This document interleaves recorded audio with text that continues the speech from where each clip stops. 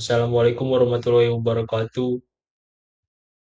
Perkenalkan, nama saya Valentine Ritonang dengan NIM channel 24004 kelas B, prodi 3 akuntansi, Fakultas Ekonomi dan Bisnis Universitas Jambi.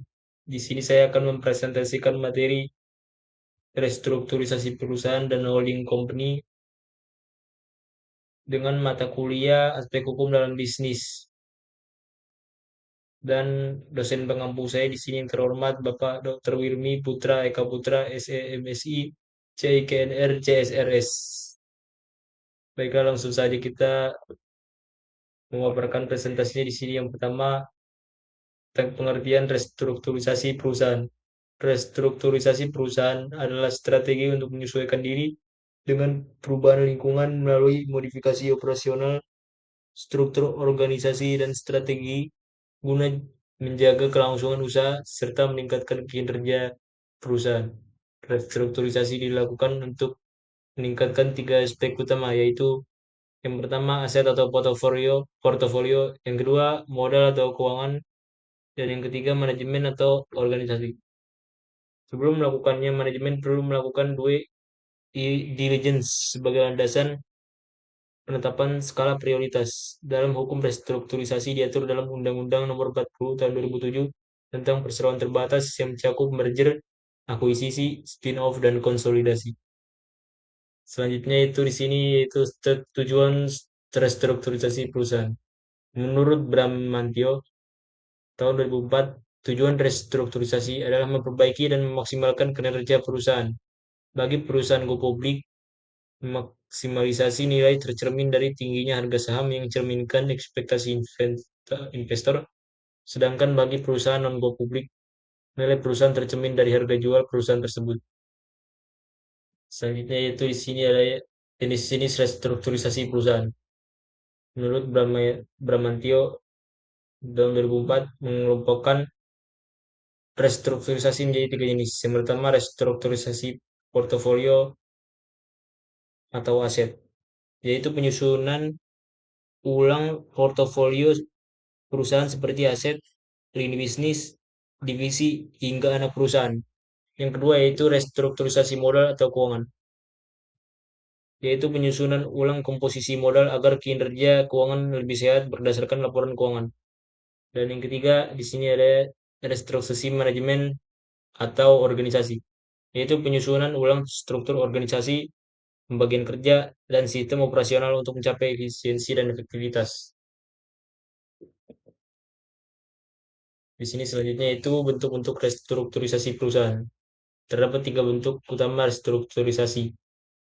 Yang pertama, merger. Merger adalah penggabungan dua atau lebih perusahaan menjadi satu, di mana perusahaan yang lebih besar tetap bertahan sementara yang lain bubar. Yang kedua itu akuisisi, adalah pengambil alihan kepemilikan perusahaan oleh pihak lain, namun kedua perusahaan tetap eksis sebagai entitas terpisah. Tiga, divestasi. Divestasi adalah penjualan atau pemisahan aset atau unit bisnis yang dapat dilakukan melalui penjualan antar perusahaan, percabangan atau spin-off, pemotongan aktiva, maupun manajemen buyout.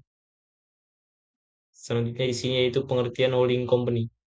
Holding company atau perusahaan induk adalah perusahaan utama yang membawahi beberapa perusahaan dalam satu grup dengan hubungan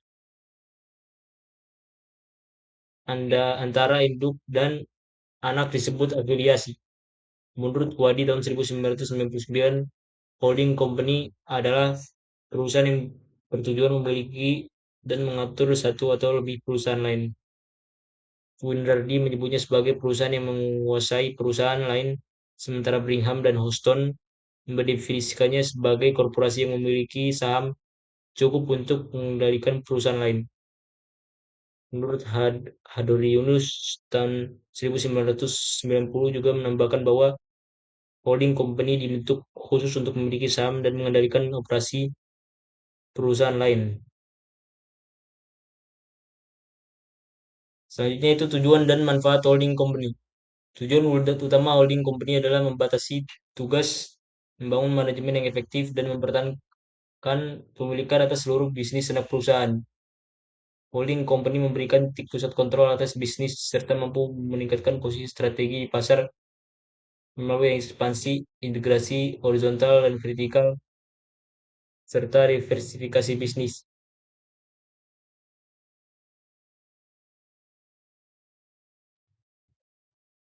Selanjutnya itu ciri-ciri holding company.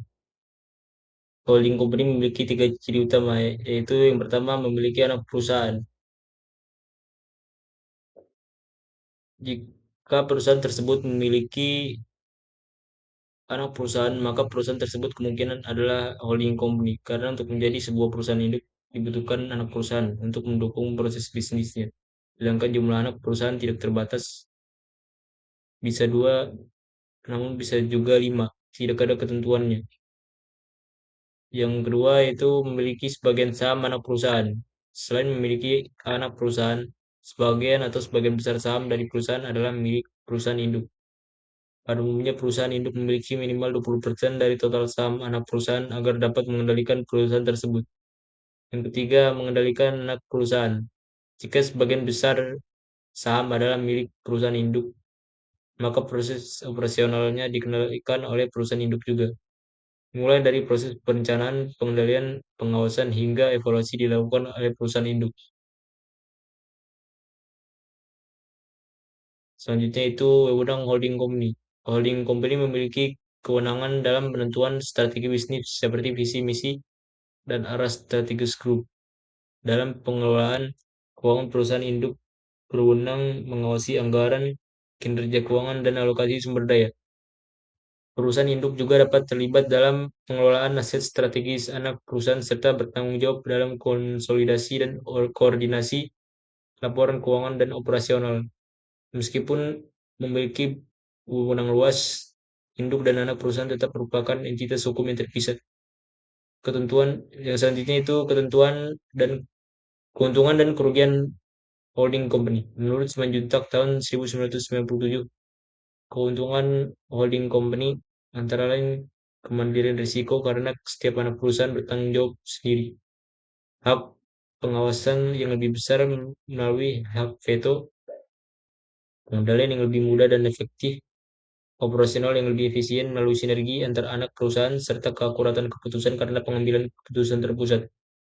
Adapun kerugiannya meliputi pajak ganda akibat pemungutan pajak dividen, birokrasi yang lebih panjang, potensi manajemen one man show, terjadinya konglomerate game seperti manipulasi laporan, kecenderungan menutup anak perusahaan yang rugi, serta risiko usaha yang membesar seiring keuntungan. Selanjutnya itu jenis dan tipe holding company terbagi menjadi dua jenis. Yang pertama itu operating holding company, yaitu jenis yang terlibat aktif dalam pengambilan keputusan dan pengawasan anak perusahaan. Dan yang kedua, investment holding company hanya sebagai investor dan jarang terlihat dalam kebijakan operasional. Dari segi tipe, terdapat tipe campuran yang memiliki operasional bisnis sendiri. Tipe alami yang hanya berperan sebagai kendaraan bagi anak perusahaan. Tipe segera yaitu holding yang dimiliki holding lain, serta tipe menengah yaitu perusahaan induk yang merupakan anak dari perusahaan yang lebih besar. Selanjutnya di sini yaitu proses pembentukan holding company. Proses pembentukan holding company dapat dilakukan melalui tiga prosedur, yaitu yang pertama prosedur residu. Dilakukan dengan memecah perusahaan asal sesuai sektor usaha, di mana perusahaan yang dipecah menjadi mandiri dan sisanya dikonversi menjadi holding. Prosedur penuh ditetapkan jika perusahaan terpencar tanpa induk yang jelas dengan holding dapat berupa perusahaan baru, salah satu perusahaan yang sudah ada, atau hasil akuisisi. Prosedur terprogram merupakan pembentukan holding yang direncanakan sejak awal bisnis, di mana perusahaan pertama didirikan sebagai holding, kemudian membentuk atau mengakuisisi perusahaan lain untuk setiap bisnis.